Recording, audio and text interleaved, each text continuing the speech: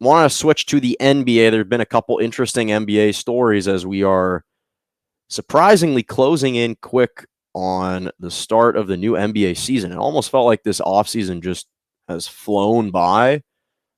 And now training camps actually open up this week, I think beginning on either tomorrow or Wednesday, which is really exciting.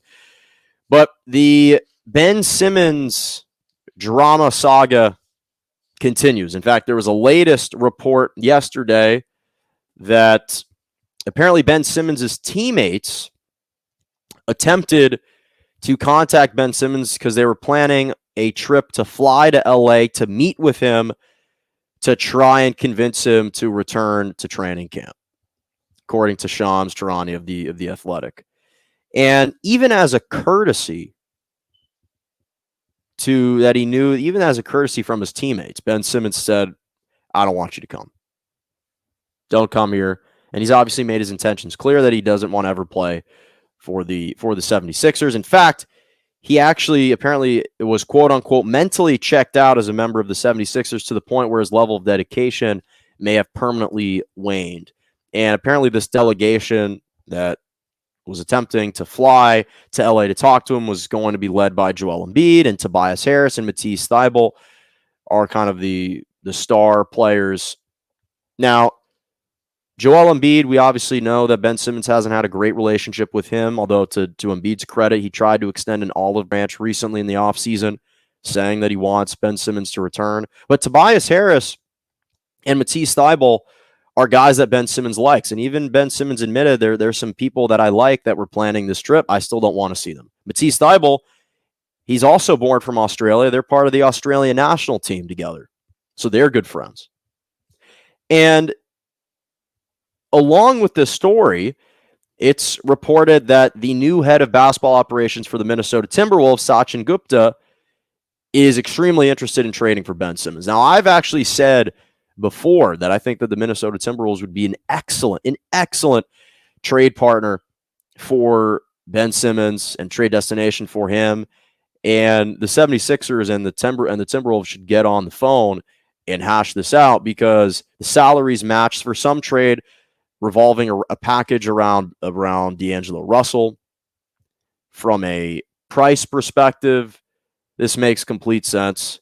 And then from what both teams need, it also makes sense. Now, it's always been laughable to me and extremely humorous that the Timberwolves are unwilling to trade D'Angelo Russell. It's like they don't want to make D'Angelo Russell available. Clearly, they don't. They're naming Karl Anthony Towns and Anthony Edwards as untouchables, which I understand that position. But it's funny that they won't even include D'Angelo Russell like he's some big piece to their future. I understand he's a good friend of Cat's, but this can't be one of these situations where you don't trade D'Angelo Russell because he's friends with Karl Anthony Towns. If you want Ben Simmons, you're going to have to trade D'Angelo Russell. There's no other package that the Timberwolves have with picks that's going to equate the production of Ben Simmons. It's just not going to happen.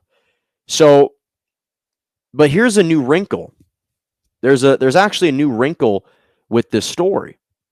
And the new wrinkle is that it was reported, yes, that he didn't want to ever play for the 76ers again, but it didn't appear that his teammates were actually going to fly out to try and see him. Now, why is this important? Because obviously, as I mentioned, Joel Embiid tried to extend an olive branch. Then you have his buddies, Harris, Thybulle, others trying to see him. But all that media experts and pundits have been talking about is the angle of, well, if you're the 76ers, you actually hold the keys and you have the leverage because Simmons has 4 years left on his contract. Just wait it out. If he wants to not report to training camp, okay, just withhold his money and just wait it out till you can find a trade to receive some equal compensation.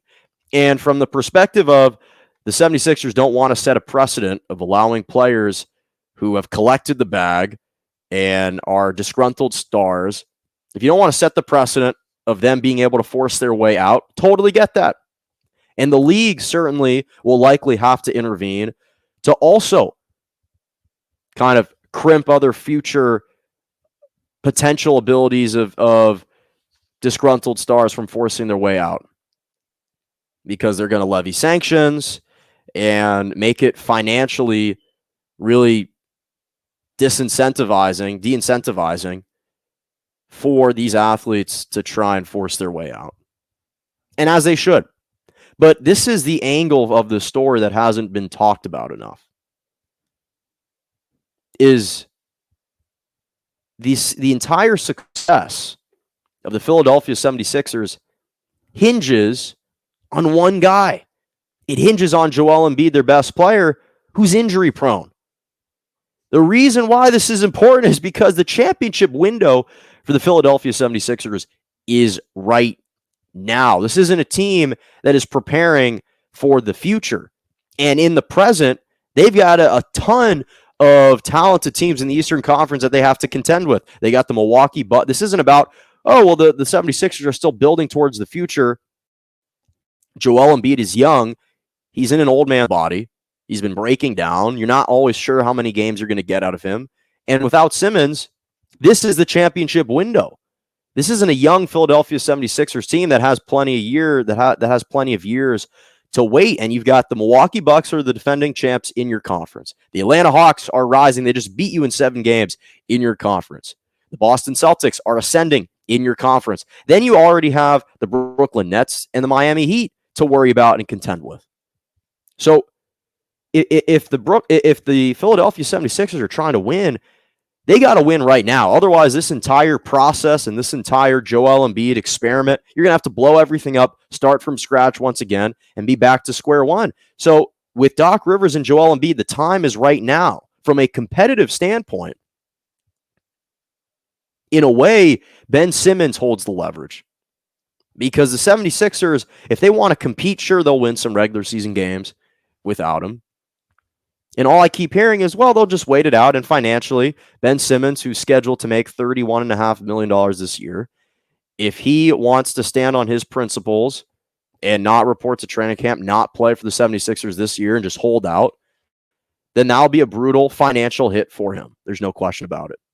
But from the perspective of the 76ers, well, what's the real benefit for them either? Wasting another year, another prime and healthy year of Joel Embiid? Joel Embiid's shelf life is to be determined. So if you don't take advantage of every single year you have him, meaning doing whatever you can to support him and surround him with championship caliber players, well, then what are you doing? You're just wasting time. So from a financial and perhaps from a compensation standpoint and perspective, sure, 76ers, you can argue, have some leverage. No question. Ben Simmons is well within his right to just sit out. It's his prerogative. But from a competitive standpoint and from the short time span perhaps left with your superstar Joel Embiid, from a competitive standpoint, the time is right now, and the leverage is not with the 76ers. And to me, I think, I've said this before, I think they need to make a move. If they want to stay competitive, they've got to trade him. I think they have to do it sooner rather than later. I understand that they haven't been getting and receiving the types of compensation packages that they've been hoping for, but that's the reality. That's what they should be doing at this point. That's what they should be doing.